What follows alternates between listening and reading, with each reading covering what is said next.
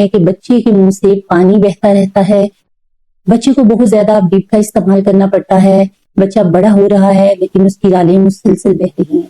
सबसे पहले समझने की बात यह है कि सलाइवा, जिसको आप राल बोलते हैं, ये हमारे लिए बहुत जरूरी है।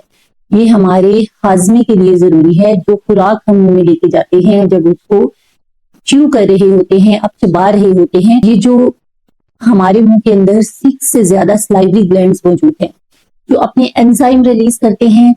इन एंजाइम की वजह से हमारी खुराक सॉफ्ट होती है, उसकी वजह से उसके अंदर जो केमिकल कंपोनेंट्स होते हैं वो डाइजेस्ट होते हैं और हमारी बॉडी का पार्ट बनते हैं। अब दूसरी बात यह है कि एक बच्चा जब 3 मंथ तक पहुंचता है तो उसकी सलाइवा बनाने की कैपेसिटी अपने मैक्सिमम लेवल पे पहुंच जाती है, जो कि 1 से 1.5 लीटर पर डे के दरमियान है। तो 3 महीने के बच्चे में जिसमें सलाइवा बनाने की कैपेसिटी अपने मैक्सिमम लेवल पे